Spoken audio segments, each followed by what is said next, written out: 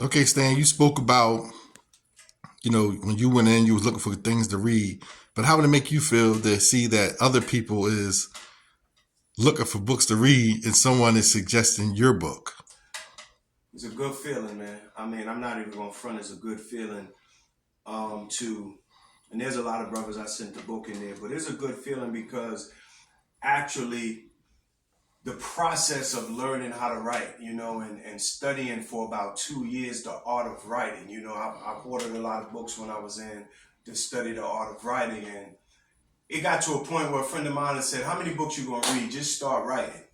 So I sat down and I crafted the characters and I crafted the plot and got the story structure together. The beginning, the middle, the climax, the end. But I mean, it's a wonderful feeling to see how you can conceive a thought and you can put it down on paper and concentrate on how to structure it and then put it all together in one potion and then present it. I mean, it's a beautiful feeling. So now when I came home and I produced the book and published the book, that feeling is an amazing feeling, man. And so even though I'm in a motivational space, I also do fictional books. I haven't created my nonfiction or self-help book yet, but this book is a nonfiction book, Eyes of Deception, and I've been getting good feedback. I've been getting a lot of feedback off that, and so I'm proud of it. I'm not even going front. I'm proud of that accomplishment right there.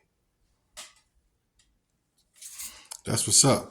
So now that you spoke about your motivational speaking, you spoke about you didn't really speak too much about the podcast. Just tell us a little bit about that.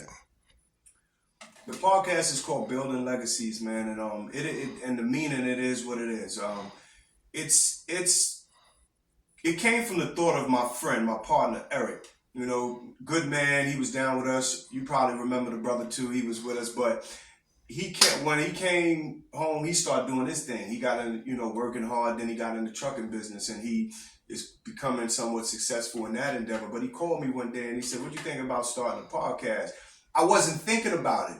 I'm doing the motivational thing, and I'm sitting here racking my brains how many views I can get and how I can find more subscribers. Trying to figure that out.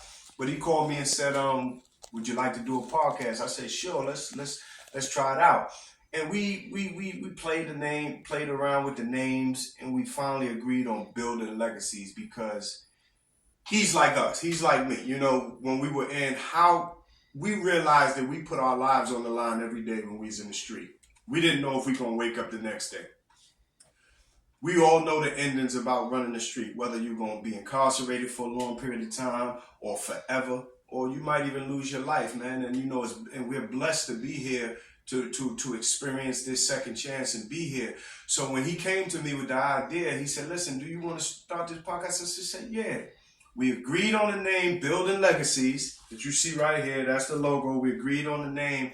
And we said we just want to share our story with people and about what we should be working towards. I don't care if you got a job. I don't care if you running your own business. I don't care if you're trying to start your own business. The goal is to build a legacy.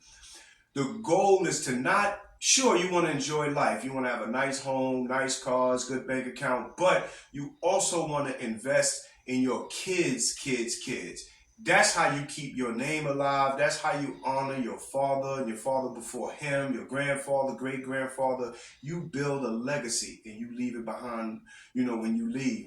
So we wanted to just create this podcast and bring people on to show others how can we create a podcast. I mean, how can you create a legacy to leave behind?